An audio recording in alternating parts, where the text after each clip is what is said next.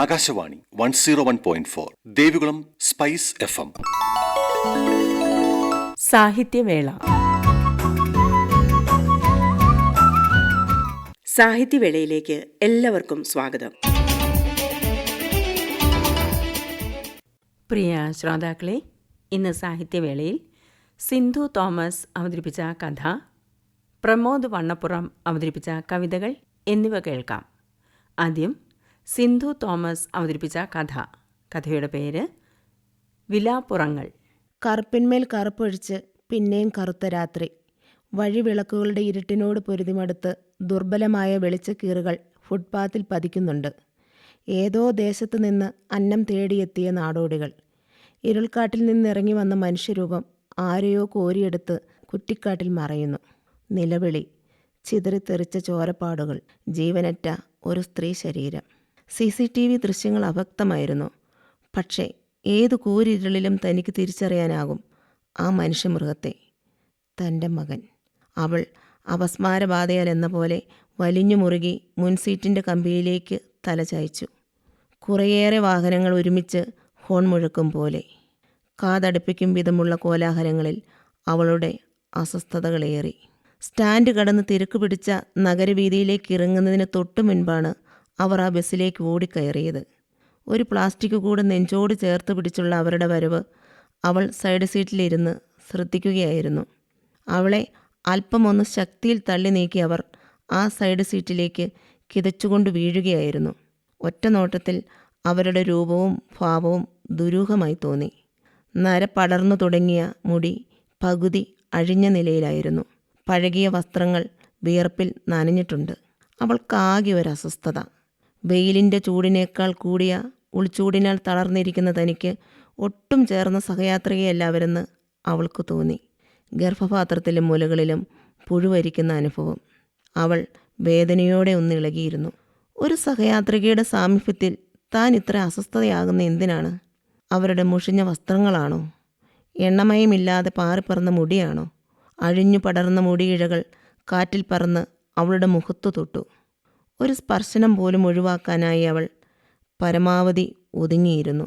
അവളുടെ അസ്വസ്ഥതകൾ മനസ്സിലാക്കിയിട്ടെന്നവണ്ണം അവർ മുടിയിഴകൾ ഒതുക്കി കുറച്ചുകൂടി ഒതുങ്ങിയിരുന്നു. അതിനിടയിൽ അവരുടെ ചുണ്ടിൽ വിടർന്ന ചിരിയിൽ പരിഹാസമാണോ അതോ സഹതാപമോ? കണ്ടക്ടർ അടുത്തെത്തി. ഒരു കുറുമാവ്. അവർ കയ്യിലിരുന്ന മുഷിഞ്ഞ നോട്ടുകൾ കണ്ടക്ടർക്ക് നേരെ നീട്ടി.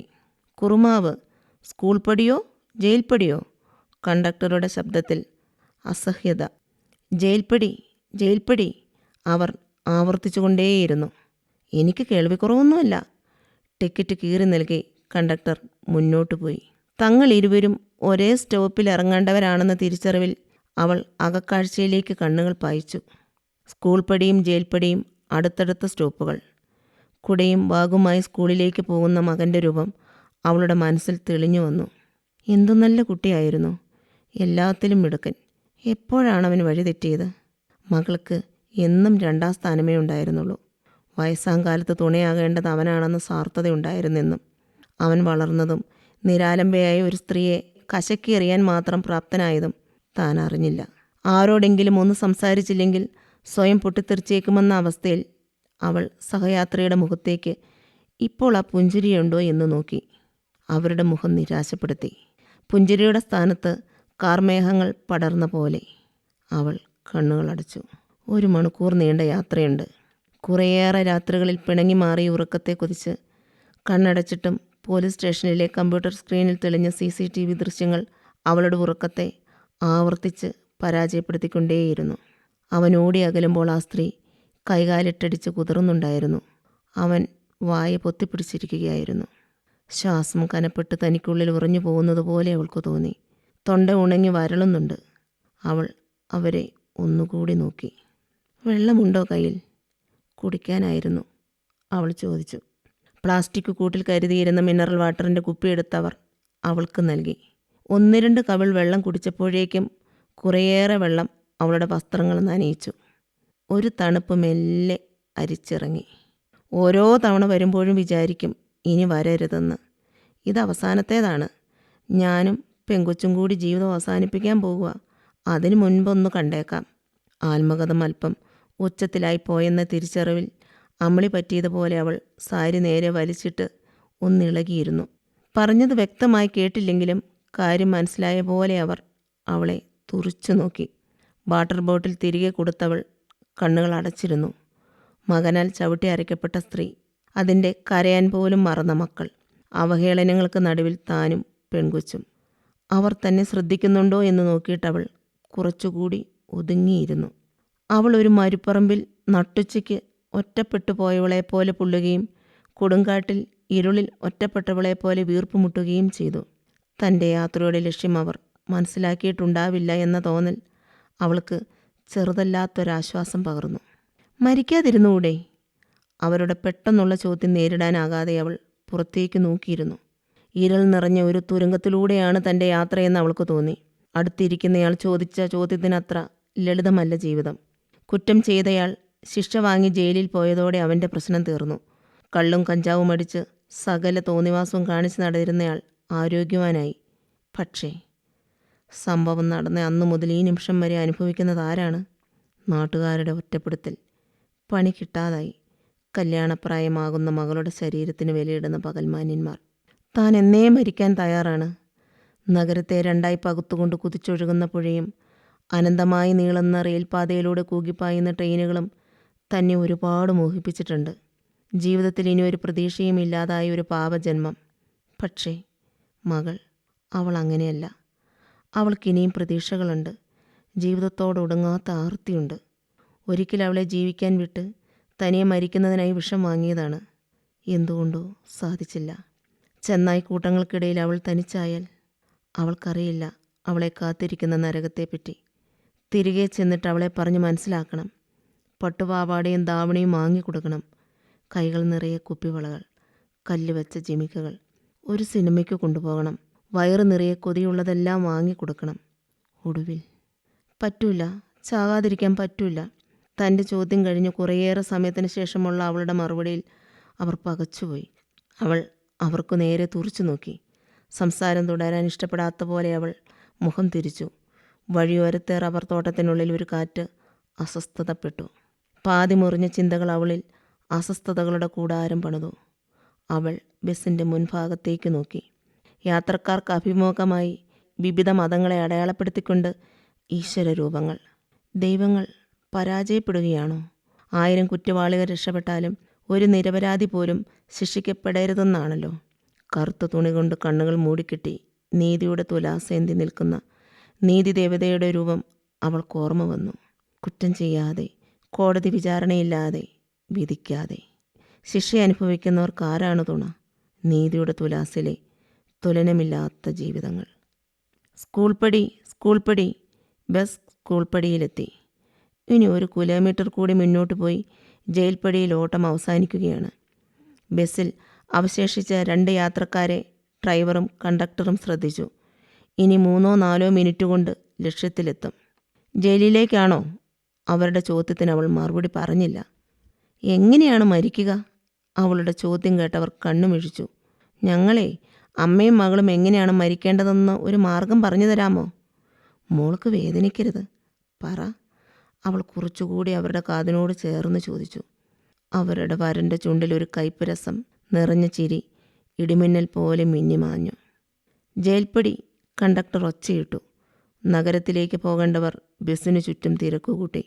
ഒന്ന് നിന്നേ, ഞാനും അങ്ങോട്ടാ.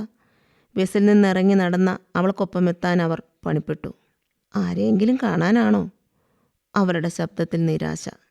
ബസ്സിൽ നിന്നിറങ്ങി നടന്ന അവൾക്കൊപ്പം എത്താൻ മധ്യവയസ്കയായ അവർ പണിപ്പെടുന്നുണ്ടായിരുന്നു. ജയിലിലേക്കുള്ള വഴിയിൽ ഉച്ചവെയിൽ ആളിത്തുടങ്ങിയിരുന്നു.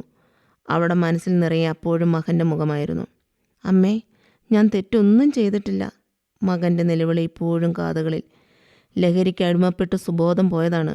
അല്ലെങ്കിൽ അവനെങ്ങനെ അമ്മയുടെ പ്രായമുള്ള ഒരു സ്ത്രീയെ, അതും ക്രൂരമായി, ജീവൻ പോലും ബാക്കി വെക്കാതെ?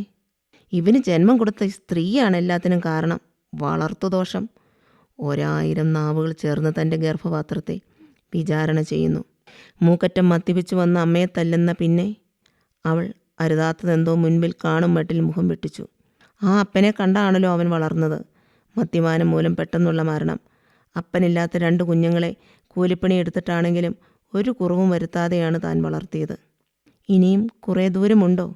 കിതപ്പിനിടെ ആ സ്ത്രീ ചോദിച്ച ചോദ്യം ചിന്തകളെ മുറിച്ചു. അങ്ങനെ ഒരാൾ കൂടെ നടക്കുന്ന വിവരം അവൾ മറന്നിരുന്നു. ഈ കുന്ന് കയറി ചെല്ലുന്നിടത്താണ്. മറുപടി കേട്ട് അവരുടെ ചുണ്ടിൽ ഒരു വരണ്ട ചിരി തെളിഞ്ഞു. സംസാരം തുടരുന്നത് ഒഴിവാക്കാൻ അവൾ നടപ്പിൻ്റെ വേഗം കൂട്ടി.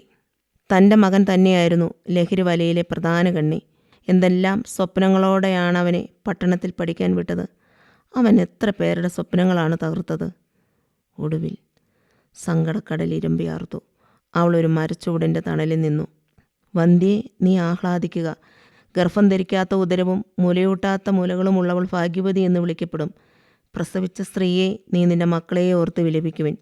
നൂറ്റാണ്ടുകൾക്ക് പിറകിൽ നിന്ന് തന്നെ അനുഗമിക്കുന്ന പ്രവാചകൻ്റെ ശബ്ദം. എത്രയോ നാളുകളായി താൻ കരയുകയാണ്. മധ്യവയസ്കയെ പീഡിപ്പിച്ചു കൊന്ന ലഹരിക്കടിമയായ ചെറുപ്പക്കാരൻ്റെ അമ്മയെന്ന നിലയിൽ. സൈബർ ആക്രമണങ്ങൾ, ആൾക്കൂട്ട വിചാരണകൾ, മുറിപ്പാടുകളിൽ ചോര പൊടിയുന്നു. അവന് പിറക്കാൻ ഗർഭപാത്രത്തിൽ ഇടം കൊടുത്ത ഈ സ്ത്രീയാണ് എല്ലാത്തിനും കാരണം. നാശം! ഒരു ഉളുപ്പുമില്ലാതെയുള്ള നടപ്പ് കണ്ടില്ലേ? നിനക്കൊക്കെ പോയി ചത്തൂടെ? തനിക്ക് നേരെ നീളുന്ന എണ്ണമില്ലാത്ത ശാപവാക്കുകൾ. എങ്ങനെയാണ് മരിക്കേണ്ടത്? എങ്ങനെയാണ്? ഏറെക്കാലമായി ഉത്തരമില്ലാതെ തൻ്റെ കൂടെ അലയുന്ന ചോദ്യം. ഒരു തുള്ളി വിഷത്തിൽ, ഒരു മുഴം കയറിൽ, ഒരു തുണ്ട് ബ്ലേഡിൻ്റെ മുനയിൽ. അതുമല്ലെങ്കിൽ അവൾക്ക് മുൻപിൽ 1000 കൈകളുമായി തന്നെ പുണരാൻ വെമ്പുന്നൊരു പുഴ. ജീവിതത്തിൽ നിന്ന് മരണത്തിലേക്കുള്ള നൂൽപാലത്തിൻ്റെ ദൂരം അവൾ മനസ്സുകൊണ്ട് അളന്നു. വേണ്ടമ്മേ വേണ്ട, നമുക്ക് മരിക്കേണ്ട. മകൾ നൂൽപാലത്തിൻ്റെ കിട്ട് മെല്ലെ അഴിക്കുന്നു. ചില്ല് ഭരണിയിലെ നിറമുള്ള മധുരമിഠായി പോലെ ജീവിതം അവളെ വല്ലാതെ കൊതിപ്പിക്കുന്നു. ഈ നാട്ടിൽ നിന്ന് അങ്ങ് ദൂരെ, ആരുടെയെങ്കിലും കണ്ണിൽപ്പെടാതെ. എങ്ങോട്ട്? ഉത്തരം കിട്ടാത്ത ആ ചോദ്യം അരുവൾത്തല പോലെ തലയ്ക്ക് മുകളിൽ തൂങ്ങിയാടുന്നു. ഉച്ചവെയിലിലൂടെ വീശിയടിച്ച പൊടുക്കാറ്റ് അവളെ ചിന്തകളിൽ നിന്നുണർത്തി. മരിക്കരുത്, നിങ്ങൾ മരിക്കരുത്. എനിക്ക് മരണത്തെ വല്ലാത്ത ഭയമാണ്. മനസ്സിൽ ഒരു കൊള്ളിയാൻ മിന്നി. കുറേ നേരമായി തനിക്കൊപ്പമുള്ള ആ സ്ത്രീയുടെ ശബ്ദം. ആ മുഖം എവിടേക്കോ താൻ കണ്ടിട്ടുണ്ട്. അവൾ ഓർമ്മയിൽ പരതിക്കൊണ്ട് കുറ്റബോധത്തോടെ തിരിഞ്ഞു നോക്കി. ഇല്ല, അങ്ങനെ ഒരാളെ താൻ കിതപ്പാറ്റി നിൽക്കുന്ന മരത്തണലിലോ വെയിലാളുന്ന വഴിയിലോ കാണുന്നില്ല. വഴിയോരത്തെ തണൽ മരക്കൂട്ടങ്ങൾക്കിടയിൽ മറ്റൊരു കാറ്റപ്പോൾ അസ്വസ്ഥതയോടെ പിറവിയെടുക്കുന്നുണ്ടായിരുന്നു.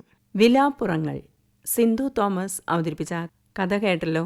ഇനി പ്രമോദ് വണ്ണപ്പുറം അവതരിപ്പിച്ച കവിതകൾ കേൾക്കാം. ആദ്യ കവിത ശകടം. അറിയാതെ ചെയ്തോരനർത്ഥം, നിന്റെ അകതാരിലെന്നും നടുക്കം. അറിയാതെ ചെയ്തോരനർത്ഥം, നിന്റെ അകതാരിലെന്നും നടുക്കം. കരയാതിരിക്കെൻ്റെ മകളെ, കരയാതിരിക്കെൻ്റെ മകളെ, നീ എൻ്റെ കരളായിരുന്നെൻ്റെ കലികേ. അറിയാതെ ചെയ്തോരനർത്ഥം, നിന്റെ അകതാരിലെന്നും നടുക്കം. വേഗത്തിലോടാൻ പറഞ്ഞു കാലം, വേഗത്തെയെന്നും കൊതിച്ചു ഞാനും. വേഗത്തിലോടാൻ പറഞ്ഞു കാലം, വേഗത്തെയെന്നും കൊതിച്ചു ഞാനും. വളയം പിടിക്കുന്ന മനുജനൊരിക്കലും ഹരമായി തീരാതിരിക്കട്ടെ വേഗം. വളയം പിടിക്കുന്ന മനുജനൊരിക്കലും ഹരമായി തീരാതിരിക്കട്ടെ വേഗം. കരയാതിരിക്കെൻ്റെ മകളെ, നീ എൻ്റെ കരളായിരുന്നെൻ്റെ കലികേ. കരയാതിരിക്കെൻ്റെ മകളെ, നീ എൻ്റെ കരളായിരുന്നെൻ്റെ കലികേ. ഇരുളിൽ കുതിച്ചിങ്ങ് പായുന്ന ശകടവും ഇമയൊന്നു താഴ്ത്താൻ മറന്നുപോയോ. ഇരുളിൽ കുതിച്ചിങ്ങ് പായുന്ന ശകടവും ഇമയൊന്നു താഴ്ത്താൻ മറന്നുപോയോ. മുൻപേ കുതിക്കുവാൻ വെമ്പലിൽ ഞാനും, മുൻപേ കുതിക്കുവാൻ വെമ്പലിൽ ഞാനും. മിഴിയൊന്നണഞ്ഞ് പൊലിഞ്ഞുപോയി, മുൻപേ കുതിക്കുവാൻ വെമ്പലിൽ ഞാനും. മിഴിയൊന്നണഞ്ഞ് പൊലിഞ്ഞുപോയി. അറിയാതെ ചെയ്തോരനർത്ഥം, നിന്റെ അകതാരിലെന്നും നടുക്കം. കരയാതിരിക്കൻ്റെ മകളെ, കരയാതിരിക്കൻ്റെ മകളെ, നീ എൻ്റെ കരളായിരുന്നെൻ്റെ കലികെ, നീ എൻ്റെ കരളായിരുന്നെൻ്റെ കലികെ, നീ എൻ്റെ കരളായിരുന്നെൻ്റെ കലികേ. തുടർന്ന് നിയതികൾ. കൊത്തിക്കീറാൻ കഴുകൻ ചുണ്ടുകൾ കുർത്തു വളച്ചത് നീ, മന്തിക്കീറാൻ നഖമുന വീണ്ടും മൂർച്ചകൾ ചേർത്തതു നീ. കൊത്തിക്കീറാൻ കഴുകൻ ചുണ്ടുകൾ കുർത്തു വളച്ചത് നീ, മന്തിക്കീറാൻ നഖമുന വീണ്ടും മൂർച്ചകൾ ചേർത്തതു നീ. പൊട്ടിയൊലിക്കും ചോരക്കുന്മതരുചി എന്നരുളി നീ, വേദനയിട്ടും മാംസത്തുണ്ടിന് സ്വാദം നോതി നീ. പൊട്ടിയൊലിക്കും ചോരക്കുന്മതരുചി എന്നരുളി നീ, വേദനയിട്ടും മാംസത്തുണ്ടിന് സ്വാദം നോതി നീ. എന്നിട്ടാരു പറഞ്ഞു നീയൊരു കനിവിനുറവിൻ തുടിതാളം, എന്നിട്ടെങ്ങനെ ചൊല്ലി മാനവർ ഈശൻ കരുണക്കടലെന്ന്. കൊത്തിക്കീറാൻ കഴുകൻ ചുണ്ടുകൾ കുർത്തു വളച്ചതു നീ, മന്തിക്കീറാൻ നഖമുന വീണ്ടും മൂർച്ചകൾ ചേർത്തതു നീ. പൊട്ടിയൊലിക്കും ചോരക്കുന്മതരുചി എന്നരുളി നീ, വേദനയിട്ടും മാംസത്തുണ്ടിന് സ്വാദം നോതി നീ.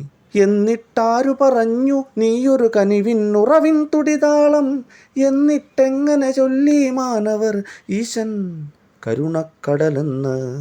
ഒളിച്ചിരിക്കാൻ തഴപ്പിനുള്ളിൽ തണുപ്പു തന്നതു നീ, ഉയരെ പാറും കഴുകൻ എന്തിനു സൂക്ഷ്മ കണ്ണു കൊടുത്തു നീ. ഒളിച്ചിരിക്കാൻ തഴപ്പിനുള്ളിൽ തണുപ്പു തന്നതു നീ, ഉയരെ പാറും കഴുകൻ എന്തിനു സൂക്ഷ്മ കണ്ണു കൊടുത്തു നീ.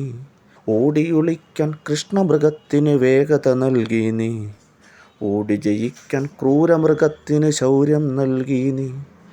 കടിച്ചു കീറെ കുടഞ്ഞെറിയാൻ കരുത്തു തന്നതു നീ, കടിച്ചു കീറെ കുടഞ്ഞെറിയാൻ കരുത്തു തന്നതു നീ. കഴുത്തിലായി കടിച്ചു താട്ടാൻ കാതിൽ മുഴിഞ്ഞതു നീ. എന്നിട്ടാരു പറഞ്ഞു, എന്നിട്ടാരു പറഞ്ഞു നീയൊരു കനിവിനുറവിൻ തുടിതാളം, എന്നിട്ടെങ്ങനെ ചൊല്ലി മാനവർ ഈശൻ കരുണക്കടലെന്ന്. കരഞ്ഞൊരമ്മ മെഴുതിരിയുരുകെ മുട്ടിലിഴഞ്ഞു വിളിക്കുമ്പോൾ, കനിഞ്ഞൊരുണ്ണി കൈകാലില്ലാതിഴച്ചു നൽകി നീ. കരഞ്ഞൊരമ്മ മെഴുതിരിയുരുകെ മുട്ടിലിഴഞ്ഞു വിളിക്കുമ്പോൾ, കനിഞ്ഞൊരുണ്ണി കൈകാലില്ലാതിഴച്ചു നൽകി നീ. വിരിഞ്ഞ പൂവിനു താങ്ങായി തണലായി വിടർന്നു നിന്നു തുണയ്ക്കുമ്പോൾ, വിരിഞ്ഞ പൂവിനു താങ്ങായി തണലായി വിടർന്നു നിന്നു തുണയ്ക്കുമ്പോൾ, പൊടുന്നനെന്തിനു കാവൽക്കാരെ കൊത്തിയെടുക്കും നീ. കുഞ്ഞിക്കാലിണ കാക്കാൻ നെഞ്ചിൽ സ്നേഹമൊഴിച്ചതു നീ, കുഞ്ഞിക്കാലടി വയ്ക്കും മുൻപേ വ്യാധി കൊടുപ്പതും നീ. കുഞ്ഞിക്കാലിണ കാക്കാൻ നെഞ്ചിൽ സ്നേഹമൊഴിച്ചതു നീ, കുഞ്ഞിക്കാലടി വയ്ക്കും മുൻപേ വ്യാധി കൊടുപ്പതും നീ.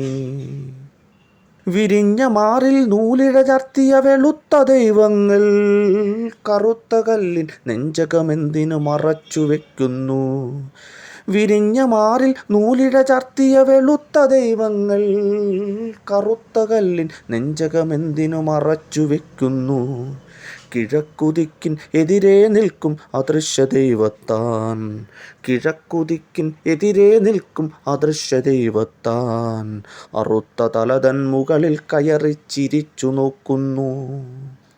ഉയർന്ന കൊമ്പിൽ കൂടൊന്നാക്കാൻ നേരു പറഞ്ഞതു നീ, ഉയർന്ന കൊമ്പിൽ കൂടൊന്നാക്കാൻ നേരു പറഞ്ഞതു നീ.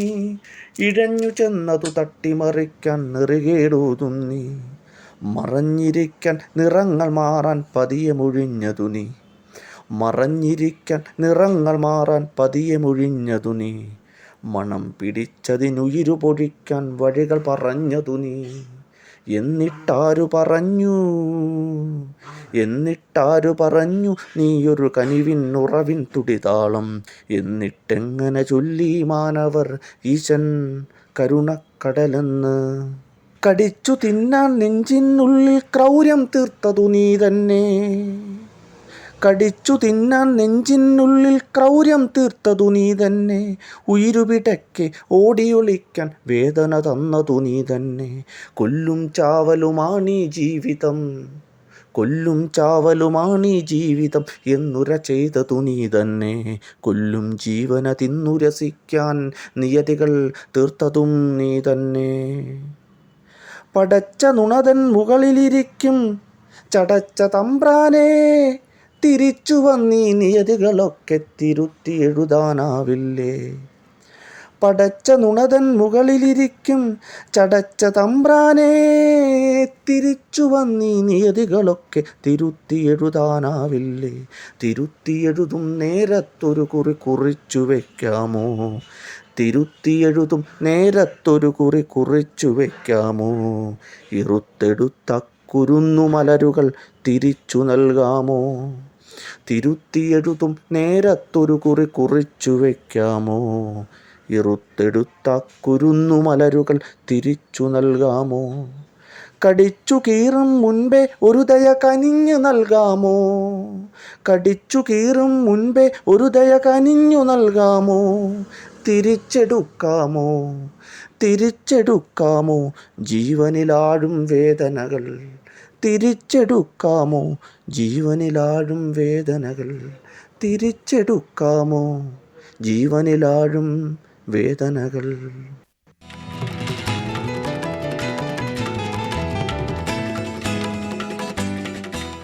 ശ്രീ പ്രമോദ് വണ്ണപ്പുറം അവതരിപ്പിച്ച കവിതകളോടെ ഇന്നത്തെ സാഹിത്യവേള സമാപിക്കുന്നു.